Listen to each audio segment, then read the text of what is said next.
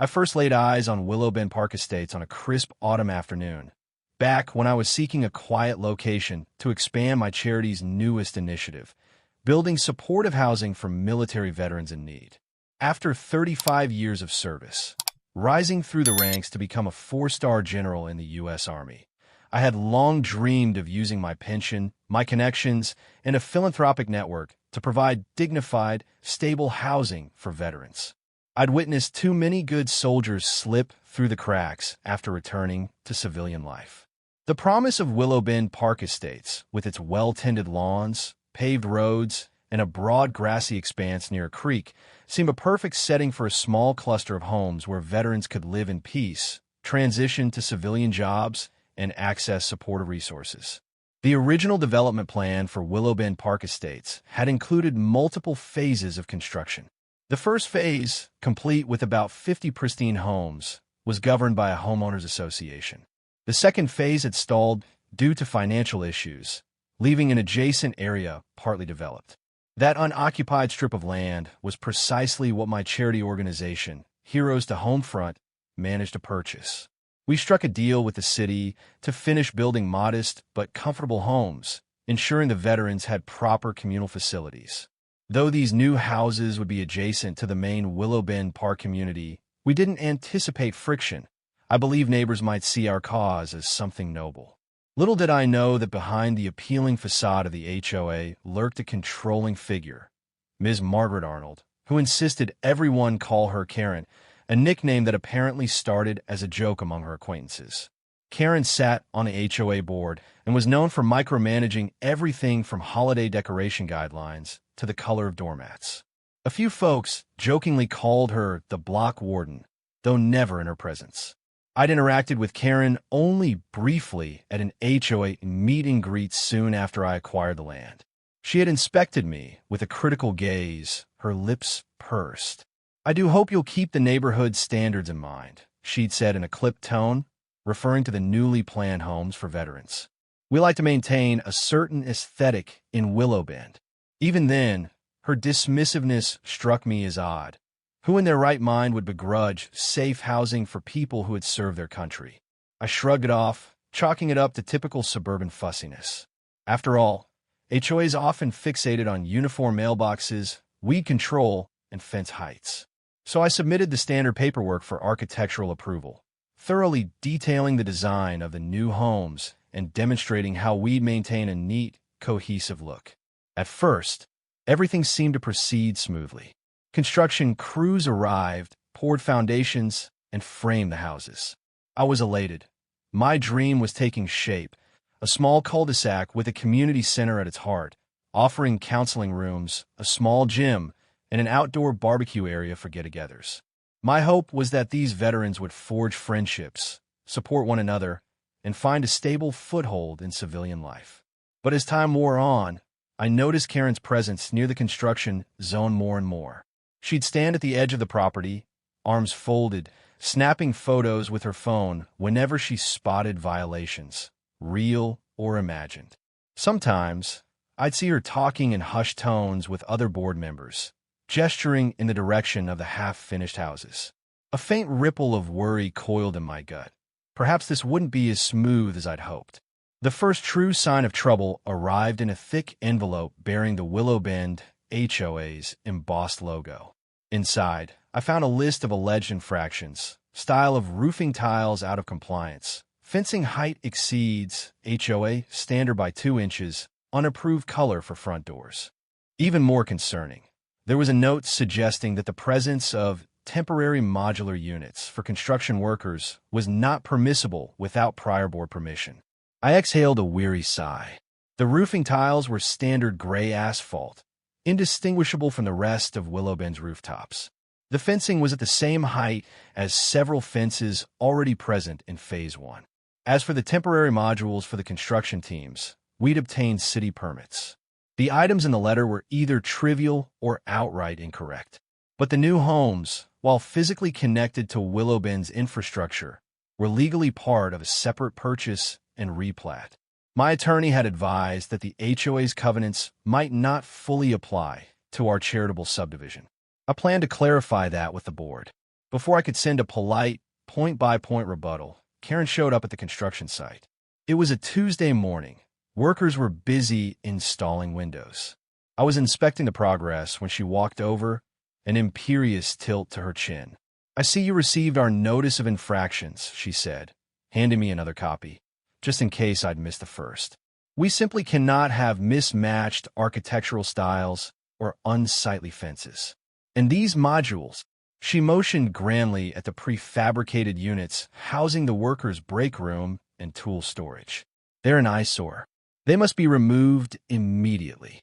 I maintained a calm tone, though annoyance tugged at me. "Ms. Arnold, these homes are being built for veterans, and they'll conform to the same general style as the rest of Willow Bend. As for the modules, we have all the necessary city permits. They'll be gone once construction is finished." Karen's lips pursed. "We'll see about that. The HOA board has strict guidelines. Nobody gets special treatment." She paused, then added, "I understand you're building these units for some charity cases?" The way she said charity cases made my skin crawl. "These are former service members," I clarified. "They deserve safe housing. All we're doing is offering a stable environment, so they can transition back to civilian life." She let out a dismissive hum. "I hope they won't cause trouble. This neighborhood is rather upscale." Then she turned on her heel and strode off, leaving me seething. It wasn't just her words. It was her tone, a condescension that stung on behalf of all the veterans who would soon call this place home. I tried to push down my frustration. Years of military leadership had taught me the importance of remaining steady in the face of provocation. But as the day wore on, more rumors swirled. Workers told me that Karen had returned when I was away, measuring fences with a tape measure, scolding them about parking trucks on the street, and even questioning the brand of paint we'd ordered.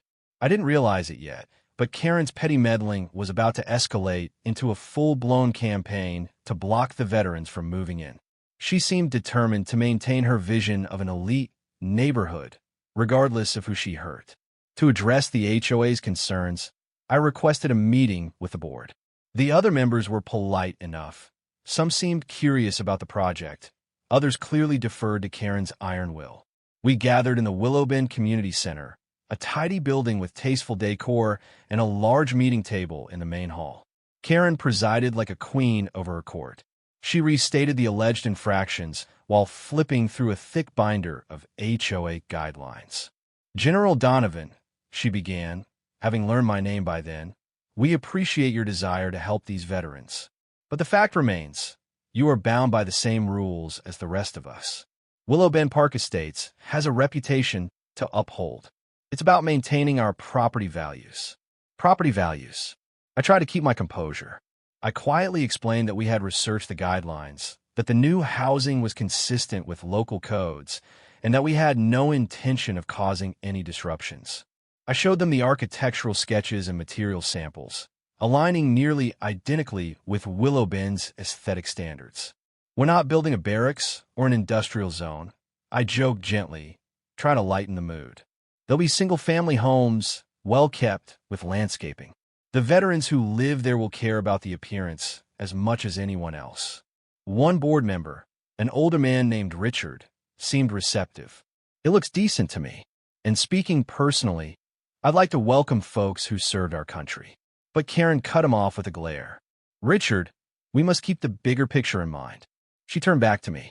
"General, the HOA is concerned about potential issues, nuisances like late-night gatherings, unkempt yards, or excessive vehicles. We've seen such things happen in other neighborhoods that allow these groups to move in." I recognized her insinuation. Many of these veterans had faced hardships.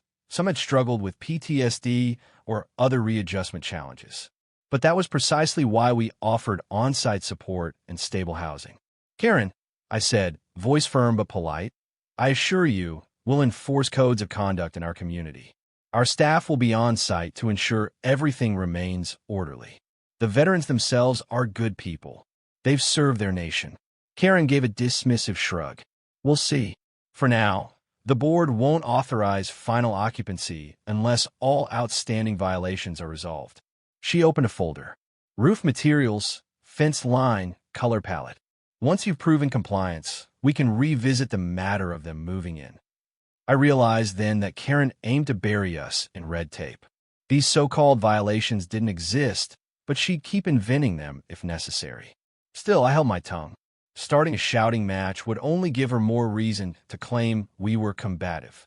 So I nodded, thanked the board for their time, and left with a polite salute. Over the next few days, I worked with our construction manager to re-verify every specification. As I suspected, everything matched the local design guidelines. The alleged 2-inch fence discrepancy was fabricated, and the roof tiles were identical to those used by existing Willowbend homes. We typed up a thorough response, complete with photographic evidence, sending it to the HOA. Yet the reply from Karen was another letter of new concerns, including the size of the Veterans Community Center. It was an endless game of whack-a-mole. Each time we refuted one complaint, Karen produced another. Her hidden agenda was becoming clearer. She wanted to prevent the veterans from occupying those homes at any cost. Construction near completion, and the first handful of veterans were set to move in within a month. They were excited, grateful that an organization was providing them a stable environment. Some had young families, others were single or divorced, but all shared a deep sense of relief at finally finding a supportive place to call home. I began coordinating their arrivals, scheduling orientation sessions, and introducing them to the on-site staff who would help them navigate job searches and medical appointments. Meanwhile, the hostility from Karen escalated. She began distributing flyers door-to-door in Willowbend, titled Protect Our Neighborhood Standards. The flyers vaguely warned of increased traffic, depreciating property values, and potential safety concerns if the charity project were allowed to proceed without stricter oversight. The language was alarmist and disrespectful. She never outright said veterans, but the subtext was obvious to anyone who read it. Some longtime residents balked at her fear-mongering. Richard, the sympathetic board member, called me privately, apologizing for her conduct. Many of us aren't aligned with Karen, he explained, but she's relentless, and some board members just cave to her demands. She basically runs the HOA through intimidation. I thanked him for the support. Still, the damage was done.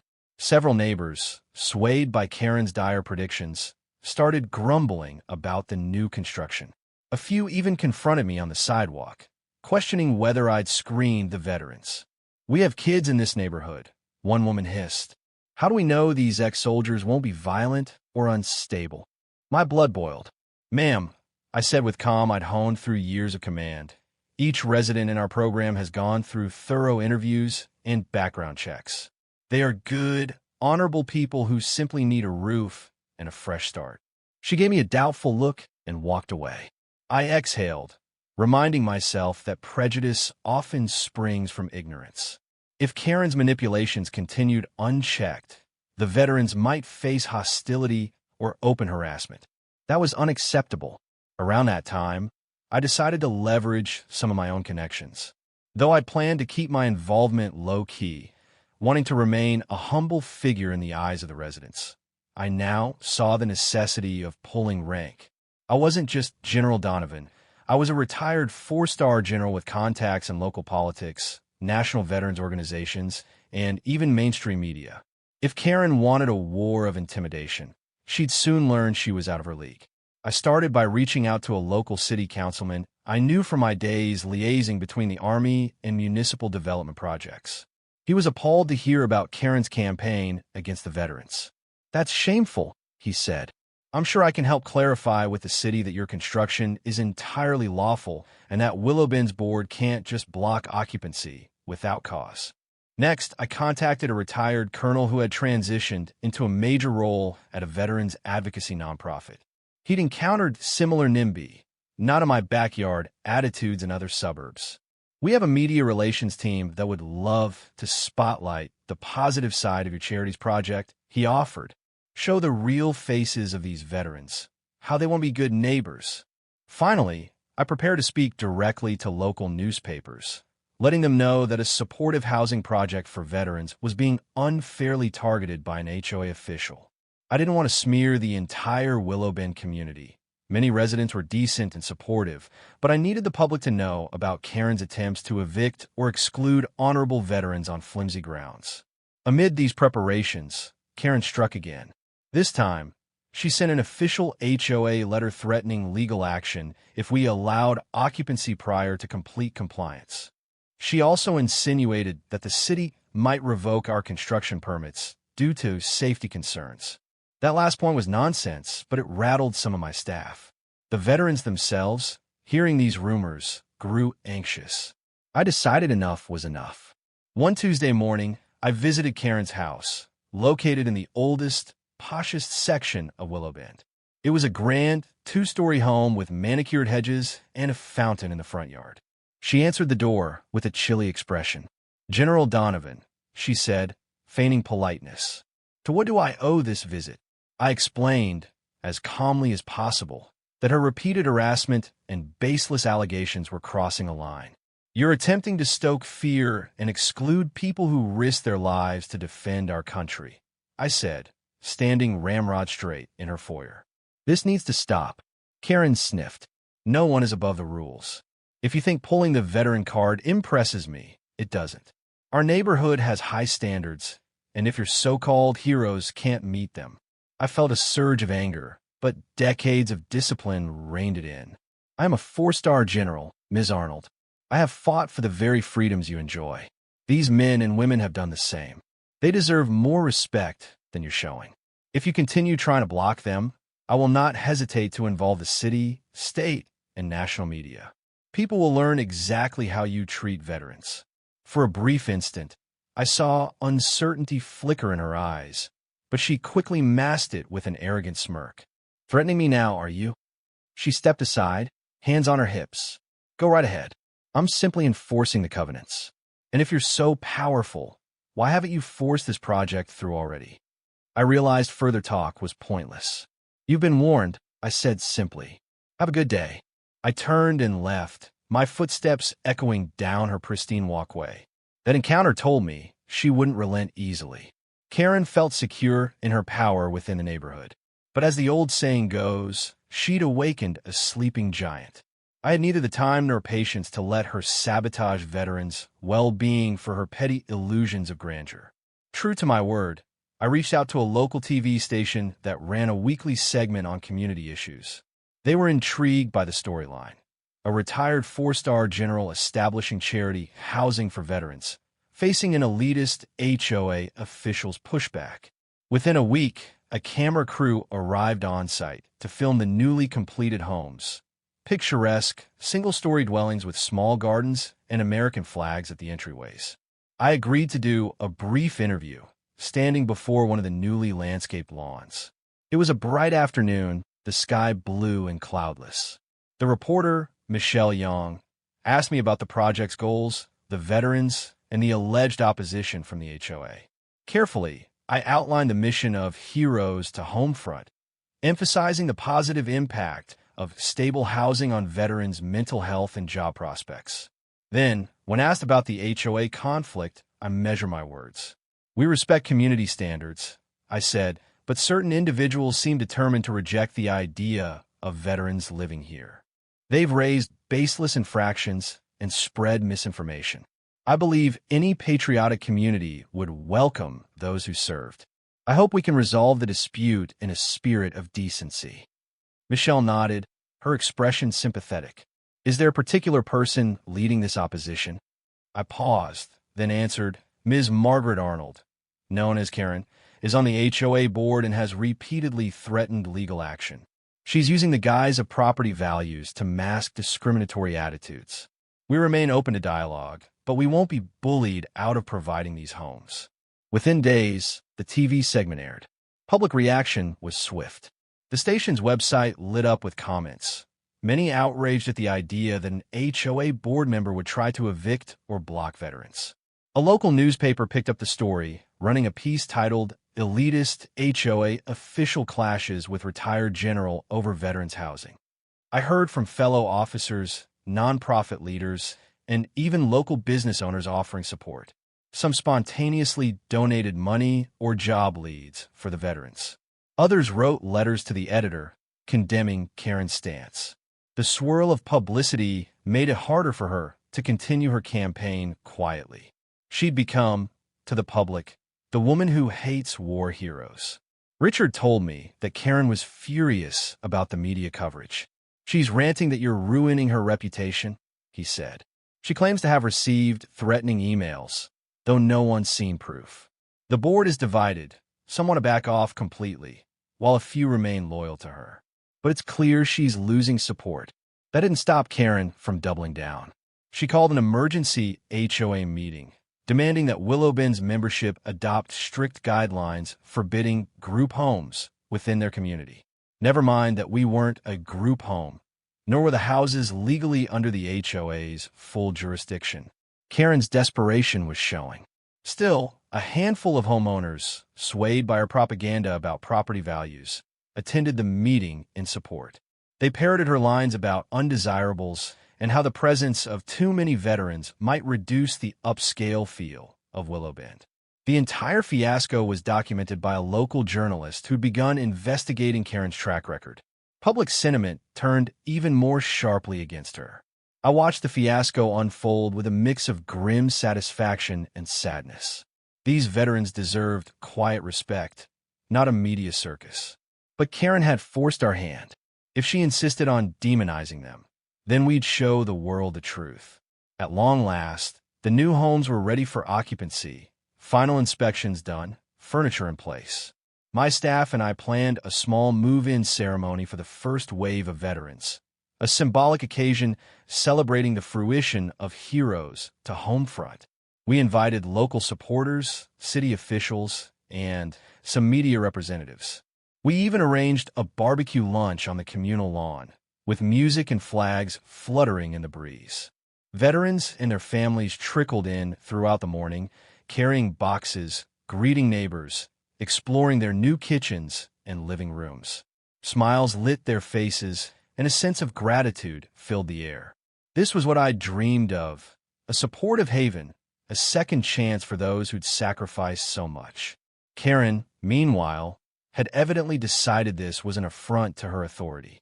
She showed up mid-ceremony, flanked by 2 other board members, attempting to serve official eviction notices. Cameras flashed as she tried handing me a sheaf of documents. The chatter of friendly voices halted. Guests stared in shock. "General Donovan," Karen intoned, her voice ice-cold. "The Willow Bend HOA insists you cease and desist these unlawful occupancies. These units violate multiple guidelines, and we will enforce the rules. These so-called residents," she waved a hand toward the veterans, "are not recognized under our covenants." Anger boiled under my stern facade. I clasped my hands behind my back, standing straight. "Ms. Arnold, these homes are not governed by your HOA covenants. We've complied with every city code.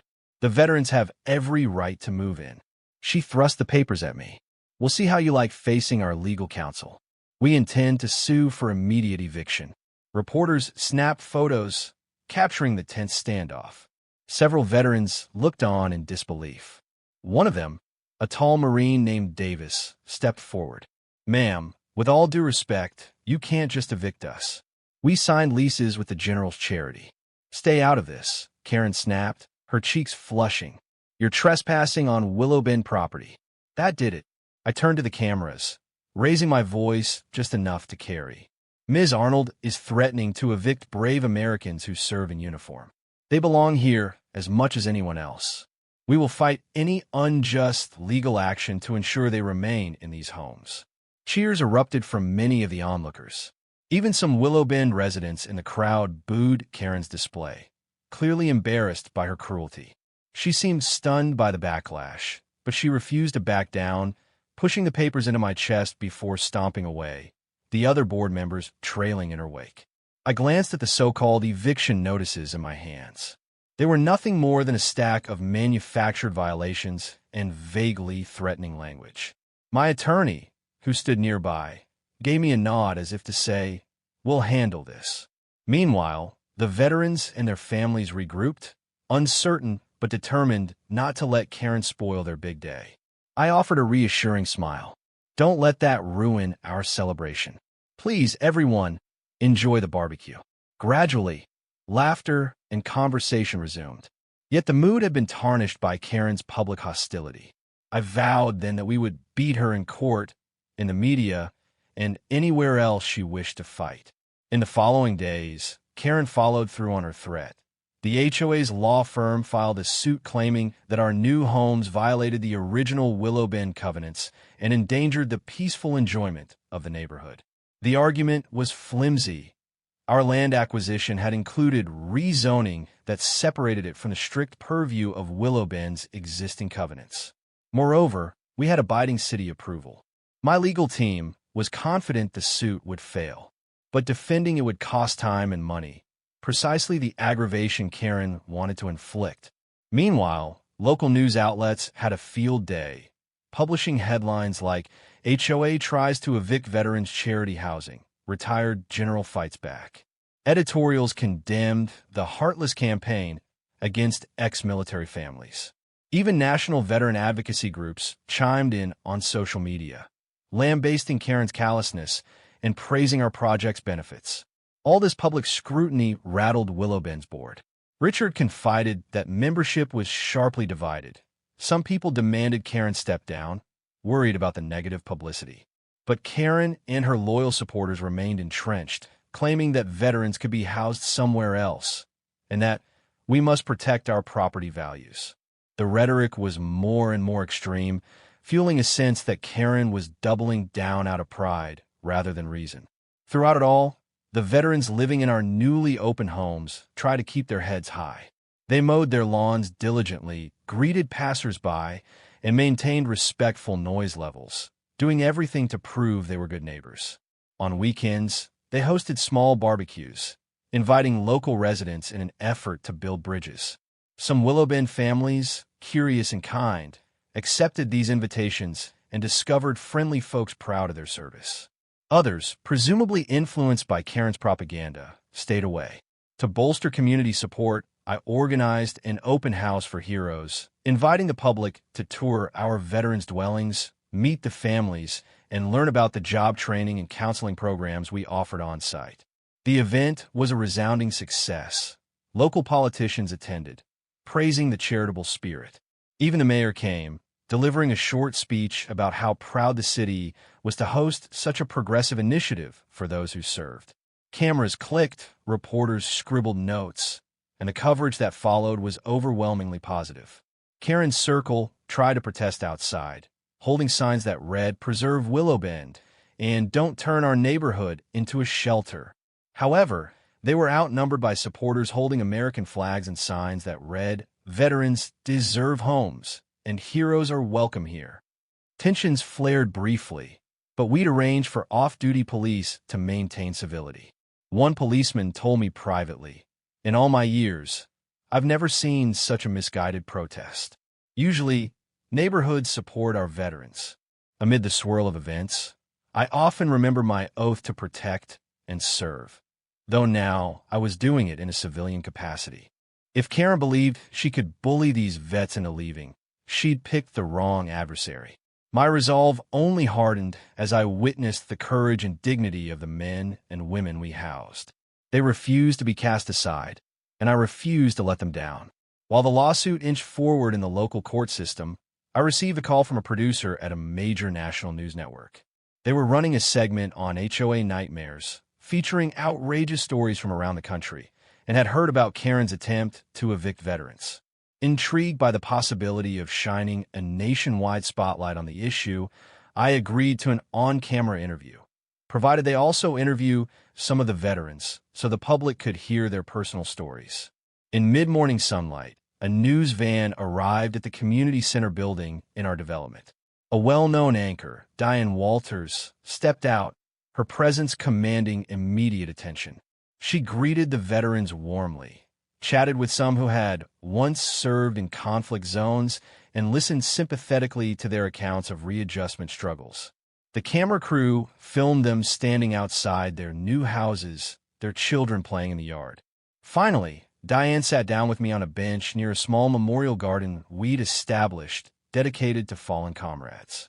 In a gentle but firm voice, She asked why Willow Bend's HOA wanted them gone. I explained the history, how Karen fixated on perceived violations, circulated alarmist flyers, and ultimately filed a lawsuit to block or evict the veterans.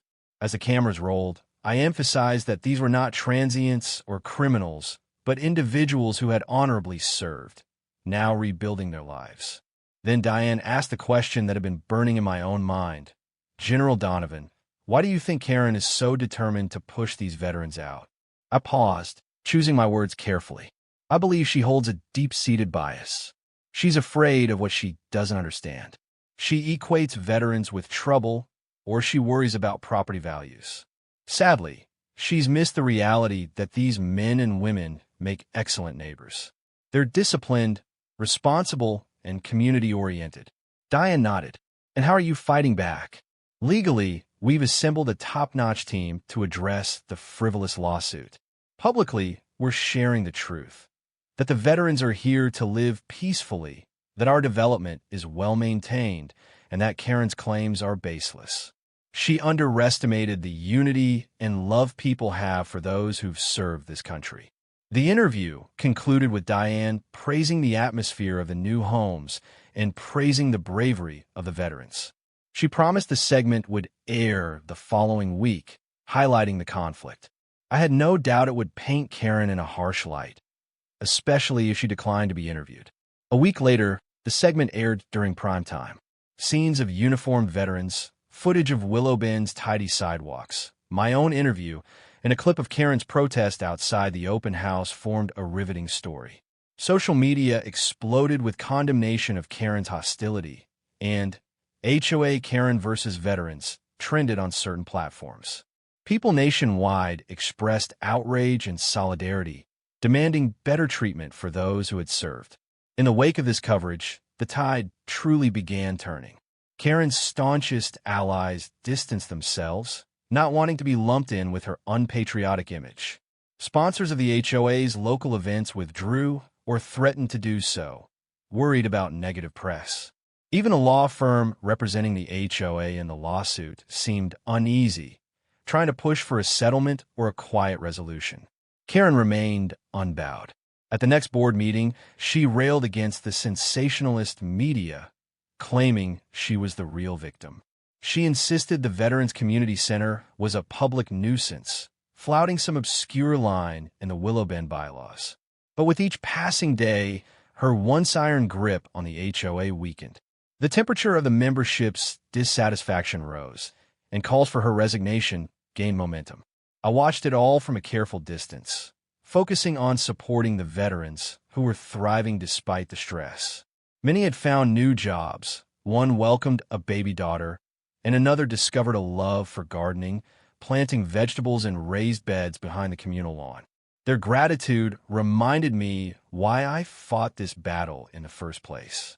Autumn leaves started turning shades of gold and crimson, falling across the immaculate streets of Willow Bend Park Estates.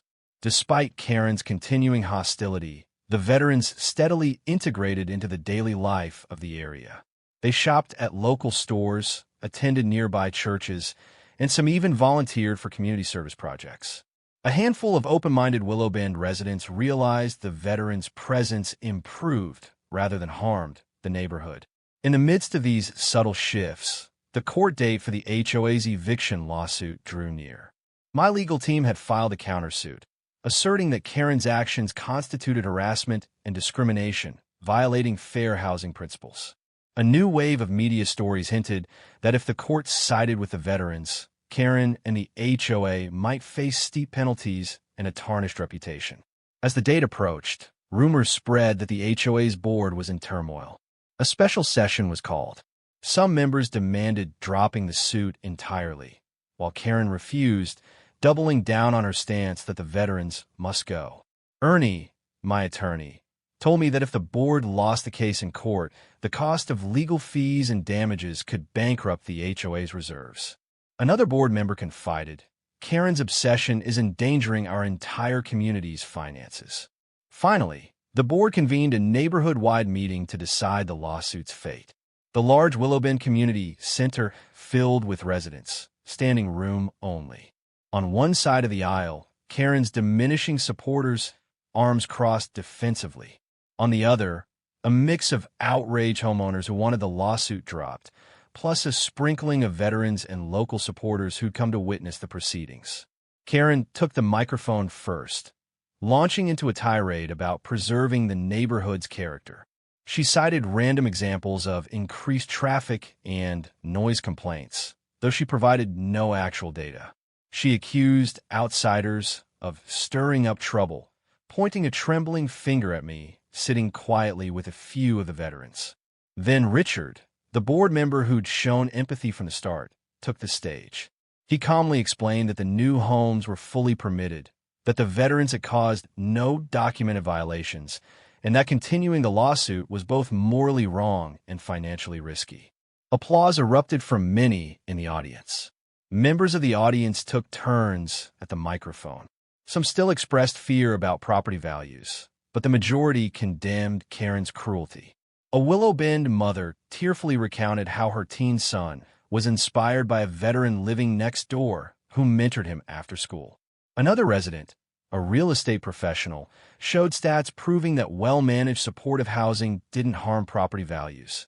In many cases, it boosted them by stabilizing the community. The tension climaxed when a motion was made to hold an immediate vote. Should the HOA drop the lawsuit against the veterans' housing? Yes or no? Karen protested, claiming they lacked proper procedure.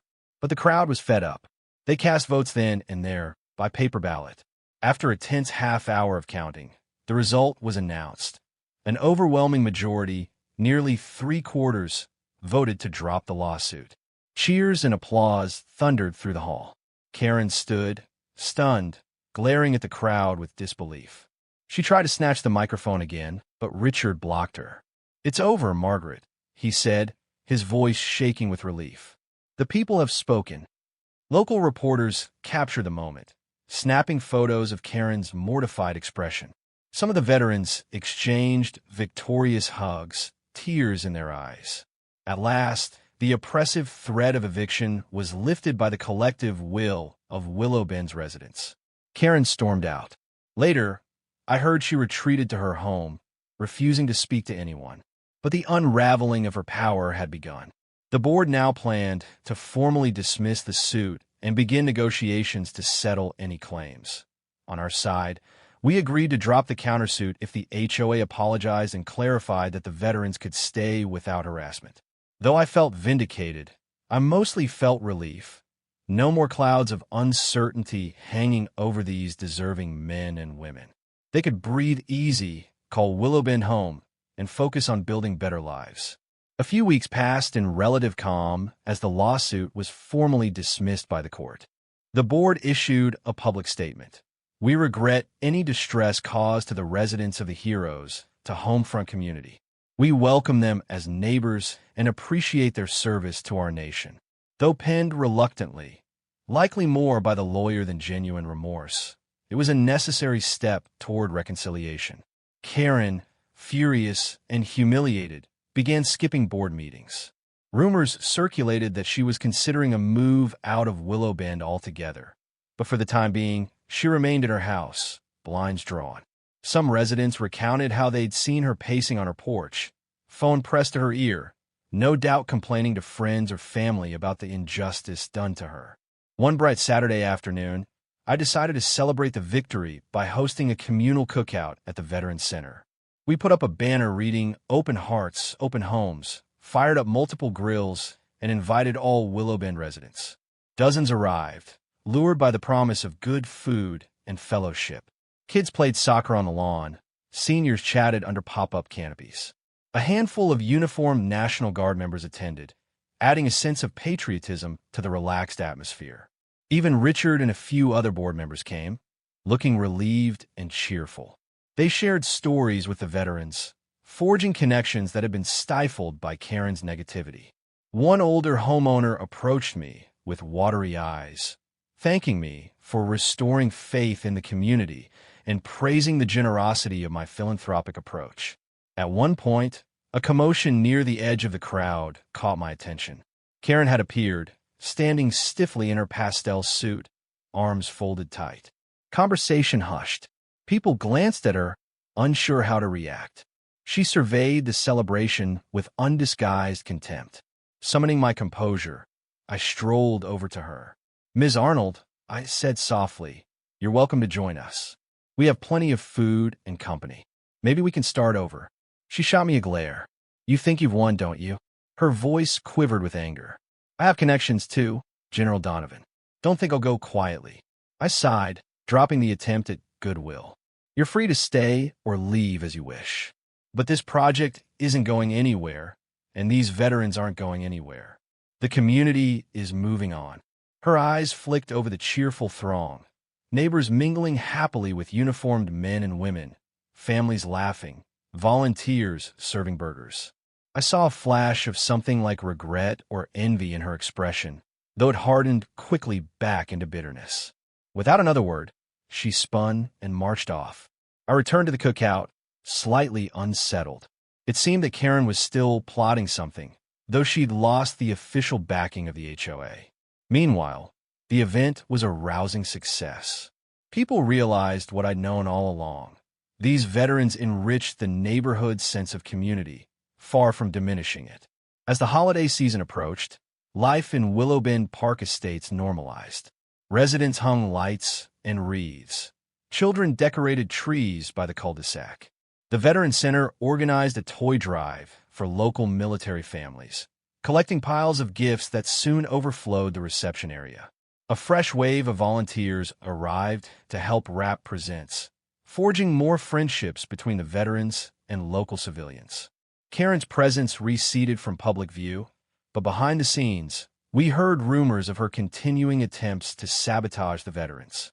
One day, a city official discreetly informed me that Karen had filed multiple anonymous complaints against the charity housing, alleging everything from fire code violations to parking infractions. Inspectors followed up, each time finding no issues. It was a nuisance, but we passed every check with flying colors. One winter afternoon, I was in my office at the community center when my phone buzzed. An old friend from Washington, D.C. was calling, retired General Harold Whitmore, now working at the Department of Veterans Affairs. He told me that a Karen Arnold had written letters to various federal agencies, complaining about dangerous ex-soldiers occupying her neighborhood. The letters demanded intervention or defunding of our charity. He'd seen them cross his desk and wanted to give me a heads up. "Her claims are baseless, obviously," Harold said, "but she's spamming everyone she can. Department of Defense, VA offices, even congressional reps. She's basically calling you a menace for housing unstable veterans." I closed my eyes, frustration surging. "Thanks for the warning, Harold. We'll keep everything in order on our end. This woman can't accept defeat. It'll go nowhere," he reassured me, "but keep an eye out. She's relentless." Hearing that, I realized Karen's vendetta transcended simple NIMBYism now. It was personal. She couldn't stand the idea that we had defied her authority and garnered the neighborhood's sympathy. Every time she tried a new tactic, though, the outcome was the same: more scrutiny of our site, followed by a clean bill of health. The veterans continued to thrive. Several found stable employment. One joined a local mechanic shop. Another landed a job at a high school as a coach. Word spread that Heroes to Homefront was an exemplary model for transitional housing, and requests poured in from other communities looking to replicate our success. We had, in effect, proven that a well-structured veterans enclave could integrate seamlessly into a suburban area. Yet Karen's hostility was a ticking time bomb. I suspected she might attempt one final dramatic stunt. Sure enough, in mid-December, an explosion of scandal rocked Willow Bend. Karen was caught forging official HOA violation notices, placing them on the veterans' doors in the dead of night, even forging signatures of board members. Security camera footage from a neighbor's doorbell camera captured her wandering around at 2 a.m., slapping these fake notices on every house in our development. When the footage leaked, the scandal was immediate and severe. Willow Bend's board convened an emergency session, voting unanimously to remove Karen from her board position. She'd illegally impersonated HOA authority, forging documents, and harassing residents. They demanded her resignation effective immediately. Without official power or backing, Karen found herself an outcast in her own neighborhood. The disgrace was total, and the public discovered the details quickly. Local media latched onto the story of HOA Karen, who had stooped to criminal forgery in her obsession to evict veterans. Residents who had once believed her rhetoric felt betrayed. Even her closest allies distanced themselves, many claiming ignorance of her extreme methods. Richard, relieved to see the end of her reign, told me that with Karen gone, the board hoped for a new start. But ironically, Karen's downfall sparked a wave of sympathy for the veterans. People realized just how baseless the accusations had been. The forgery incident was the final straw, confirming that Karen's entire stance was rooted in prejudice, not legitimate concerns. Where she had once sowed division, she inadvertently galvanized unity. Amid the dust settling, I continued focusing on the well-being of the residents in our charity program. The holiday season always could be challenging for some veterans. Memories of lost comrades or estranged family members. The community center organized a small candlelight vigil to honor those who served and those still deployed. Willow Bend neighbors were invited, and many joined, lighting candles and singing carols near a Christmas tree set up on the lawn. A sense of healing hung in the frosty air. Meanwhile, Karen's legal woes multiplied. Several homeowners, outraged by the forged notices, threatened to press charges for harassment and trespassing. The board's attorney informed her that they might sue for damages, given the harm to the HOA's reputation. She faced potential fines and a tarnished legacy in the very community where she once reigned supreme. One cold evening, just before Christmas, I found myself strolling through the quiet streets of Willow Bend, reflecting on the dramatic journey. The twinkling lights on each house gave the neighborhood a serene charm. I passed Karen's house, dark windows, no decorations. It struck me that a person so obsessed with appearances had lost everything because of her inability to accept a few new neighbors. I returned to the veterans community, greeted by warm lights and muffled laughter coming from the homes. Inside the center, the common area glowed with holiday cheer. A tree decorated with hand-painted ornaments, stockings hung along the mantel. One family offered me a cup of hot cocoa, and I joined them on a sofa, smiling as their young daughter excitedly showed off a picture she'd drawn of a Christmas wreath. In that moment, I felt profound gratitude. My initial vision, to create a haven for vets, had survived the worst onslaught of suburban elitism and prejudice I could have imagined. Our program thrived, and we'd effectively countered Karen's attempts to destroy it. The men and women in these homes felt safe, accepted, and capable of rebuilding their futures. It was the best holiday gift I could ask for. The new year brought fresh beginnings. Willow Bend Park Estates elected new HOA board members who promised transparency and openness. Richard was chosen as president. His empathy toward the veterans had won him widespread support. Under his leadership, the board apologized more directly for the turmoil caused by Karen. They expressed genuine interest in fostering positive relations with the heroes to Homefront community. Some even proposed joint activities, like neighborhood cleanups or fun runs that raise funds for veteran causes. At the same time, the success of our development became a talking point in local government circles. The mayor publicly praised the model, calling it a shining example of how suburban spaces can integrate charitable housing without sacrificing quality of life.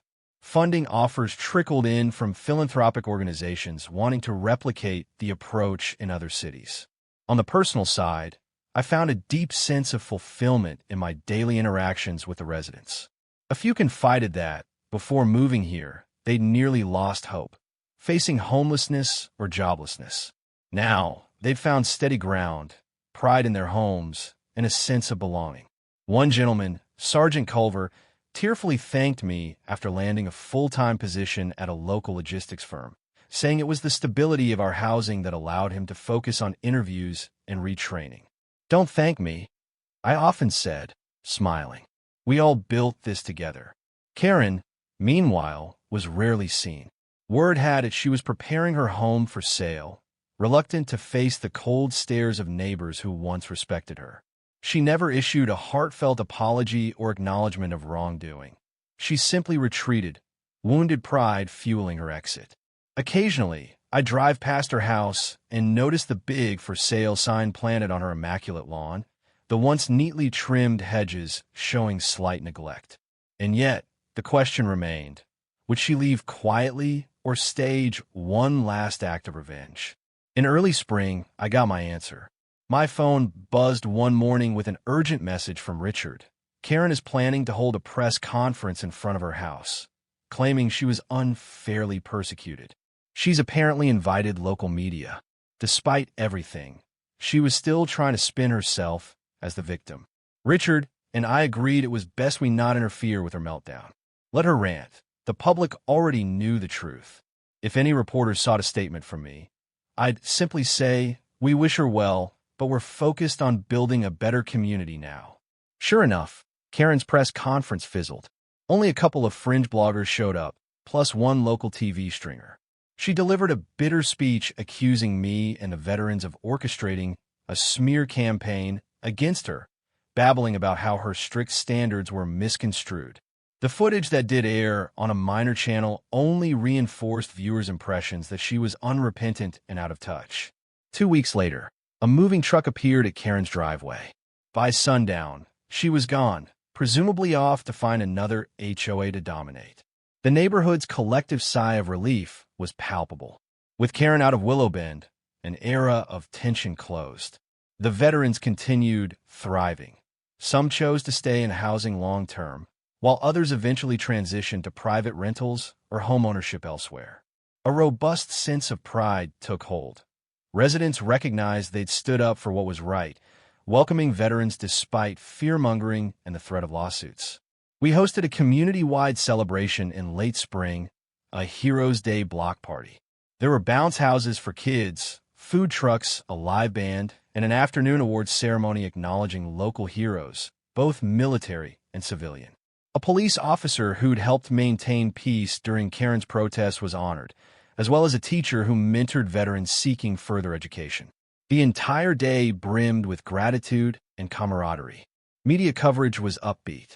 Journalists wrote follow-up articles on how the Willow Bend controversy ended in a triumph of neighborly values over prejudice. One editorial titled, "How a Four-Star General and a Determined Community Defeated the Ultimate HOA Karen," went semi-viral, eliciting supportive comments nationwide. Donations to heroes to Homefront soared, enabling us to plan new projects. On a personal note, I felt a deep satisfaction that overshadowed any bitterness from Karen's campaign. Standing at the block party, I watched as kids lined up for face painting stations, veterans chatted with neighbors about gardening tips, and a local church group handed out free lemonade. This was what I'd always envisioned, a tapestry of people, old and young, civilian and military, forging bonds in shared space. The nightmares of harassment and eviction notices felt far behind us, replaced by communal pride. By late evening, lanterns lit the streets, music played softly, and folks gathered on blankets to watch a modest fireworks display, small bursts of color illuminating the night sky.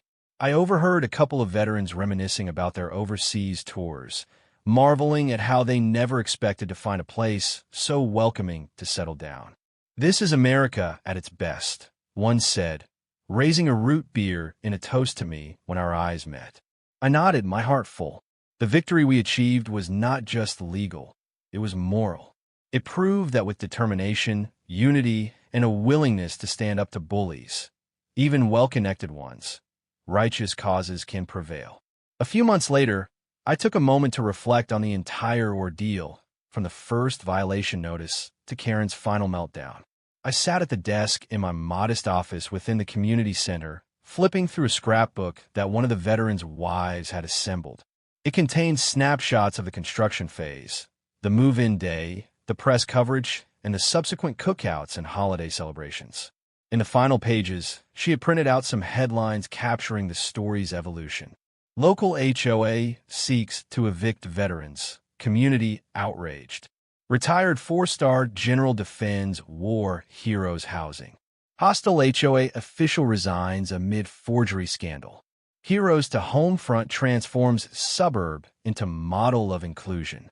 The last page contained a collage of candid pictures, a family walking their dog, a group of veterans playing flag football with local teens, a senior volunteer showing a younger woman how to plant flowers in a shared garden bed.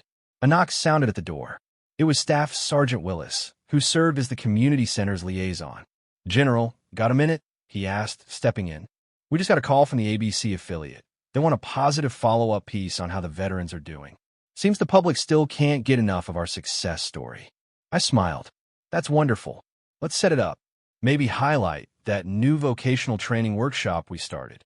He nodded. "Absolutely. Also, the city's planning to hold a ceremony next month to recognize your leadership here. Thought you should know. They want you to speak about the importance of bridging community and veteran affairs." I felt a flush of pride, but tempered it with humility. The real heroes are the men and women living in these homes, Sergeant. If they want me to speak, I'll gladly do so, but let's make sure the veterans' voices are heard too. He grinned. "Roger that, sir." After he left, I returned to the scrapbook, my thoughts drifting. In the Army, I'd faced formidable foes overseas. Yet, ironically, in this quiet suburb, I'd encountered a domestic adversary in the form of a controlling, prejudiced HOA tyrant who threatened to upend my charitable mission. But we stood firm. Compassion and justice had ultimately won. Now, Willow Bend was thriving, the veteran secure, and Karen's hateful legacy was a swiftly fading memory. I closed the scrapbook, gazing out the window at the neatly trimmed lawns and tidy sidewalks. A couple of children rode bikes, racing past a Marine veteran who was out for a jog. They all waved at each other, grinning in the warm afternoon sun. Yes, I thought, this is precisely what I fought for in my decades of service. A country where people can live freely and find unity amidst their differences. With a contented sigh, I left my office to walk the grounds, greeting neighbors and staff alike. The gentle breeze carried the smell of fresh cut grass and the laughter of families at play. No longer overshadowed by bitterness, Willow Bend Park Estates now exemplified the best of community life. And Karen, for all her attempts, was just a footnote in a larger story of resilience, honor, and the unwavering bond that forms when people stand up for what's right. Summer rolled into fall once again, and Willow Bend Park Estates continued to flourish. The veterans' homes boasted colorful gardens, thanks to the planting club formed by some enthusiastic residents. The shared lawns became sites of frequent barbecues and potlucks. With the passage of time, the friction caused by Karen seemed almost unreal, like a bad dream that the neighborhood had collectively shaken off. I found myself traveling occasionally to help other communities replicate our charity housing model. Each time, I'd return to find Willow Bend no worse for my absence. Under Richard's direction, the HOA had clarified guidelines to ensure future developments wouldn't face the same bureaucratic sabotage we had. The veterans living in our homes were shining examples of how stable housing could accelerate the transition to fulfilling civilian lives. Local schools reported that the presence of these families bolstered volunteer participation. Veteran spouses joined parent-teacher associations, coached youth sports, and led after-school programs. Crime rates remained low, traffic was manageable, and property values had even ticked upward, a neat rebuke of the fear-based arguments Karen once championed. Real estate agents now proudly mentioned the community ethos and the supportive housing aspect when showing Willow Bend to potential buyers. Meanwhile, Heroes to Homefront garnered national recognition. We received philanthropic grants, and I was invited to speak at military gatherings, philanthropic galas, and city council meetings in other states. My presence as a retired four-star general lent gravitas to the cause, but I always emphasize the collaborative spirit behind our success. This isn't about one person, I'd say, but about communities rallying around our service members to ensure no veteran is left without a place to call home. Amid this swirl of achievement, I never forgot the veterans themselves, real people with real stories of sacrifice, loss, and hope. At times, I'd counsel someone battling PTSD or help another navigate the complexities of VA benefits. The presence of on-site mental health professionals and peer support groups proved invaluable. We saw transformations that reaffirmed my faith in the mission daily. One crisp evening, as leaves rustled across the sidewalks, I joined a group of veterans around a fire pit in the community's shared backyard space. We roasted marshmallows, swapping tales of old deployments, lost comrades, and the surprising joys of suburban living. For some, adjusting to the quiet nights and calm routines had been challenging after so many years of adrenaline-fueled service. But they expressed gratitude that Willow Bend had accepted them. Toward the end of the evening, an Army veteran named Green stood up, addressing the circle. "I just want to say, I never thought I'd find a neighborhood like this. When I first heard about that Karen lady, I figured it was hopeless. I was about to pack up and leave.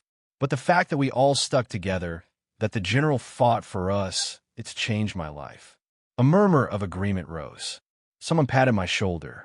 Another pointed out how the entire fiasco had ironically brought the neighborhood closer. "That's the best revenge," said a Marine in a half-joking tone. "Living well despite the haters." Smiling, I gazed at the flickering flames. The veterans had found a place in the world. In turn, they enriched Willow Bend by their presence. In that moment, the memory of Karen's eviction threats felt distant, overshadowed by the warmth of community bonds. Time marched on, and Karen's name rarely surfaced in conversations anymore, save for an occasional cautionary joke about pulling a Karen if someone acted too rigidly. New families moved into Willow Bend, many unaware of the drama that had once consumed the place. The veterans were simply neighbors, well-liked and well-integrated. The synergy of the development became a model for public policy discussions. Local governments studied how to replicate the success. One day, as I reviewed expansions for Heroes to Homefront in other counties, I received an unexpected phone call. The voice on the other line introduced himself as a representative from a national news magazine. "We're compiling a piece on remarkable transformations in suburban America," he said. "Your project in Willow Bend is a prime example. We'd like to feature you and some of the veterans in an upcoming issue." I agreed, thrilled by the opportunity to inspire more communities. A few weeks later, the magazine's journalist and photographer arrived, spending a full weekend documenting daily life in Willow Bend. They snapped pictures of the veterans in their well-kept yards, families picnicking on the communal lawn, and the center's bulletin board filled with job postings and local events. They even interviewed a pair of Willow Bend residents who recalled how they initially had fears stoked by Karen's propaganda, but soon realized how unfounded those fears were. The final article, titled "From Hostility to Harmony: How One Suburban HOA Embraced Veterans Housing," hit national stands. A stunning 2-page spread showcased group photos of smiling veterans and Willow Bend neighbors. The text praised the resilience of Heroes to Homefront, the unwavering leadership of a retired 4-star general, and the ultimate triumph of empathy over exclusion. Buried within the article, a brief mention of a vocal HOA member who tried to derail the project painted Karen as a cautionary villain, but the focus remained uplifting. The article sparked even more positive momentum. Donations rose, and philanthropic leaders reached out about replicating the model in other states. The city's mayor publicly congratulated us, announcing plans to name a local street Heroes Lane. In every sense, Willow Bend had gone from a site of scandal to a beacon of hope. In quiet moments, I felt a deep personal peace. My decades of military service had ended, but my mission continued here, at home, ensuring no brother or sister in arms was left behind. The bitterness Karen sowed was replaced by a flourish of unity. I often marveled at how adversity, once overcome, can transform a place for the better, like forging steel through fire. Eventually, the day came when my direct involvement at Willow Bend lessened. Heroes to Homefront had grown exponentially, requiring me to travel frequently and oversee expansions in other counties. Though I was often on the road, the original Willow Bend site remained my proudest achievement. My deputy directors handled the daily operational details, while I trusted Richard's stable HOA leadership to maintain the neighborhood's friendly atmosphere. On a quiet June morning, I parked my car in front of the Willow Bend Community Center, stepping out to take one last thorough walk around the grounds before a long trip. The sun filtered through the branches, casting dappled light on the sidewalk. A pair of veterans strolled by, waving cheerfully as they headed to a job skills workshop. Across the street, a widow who'd lost her husband in Afghanistan tended to a flower bed with her teenage son. So much life, I thought, and so much healing. None of it would have been possible had we folded under Karen's oppressive demands.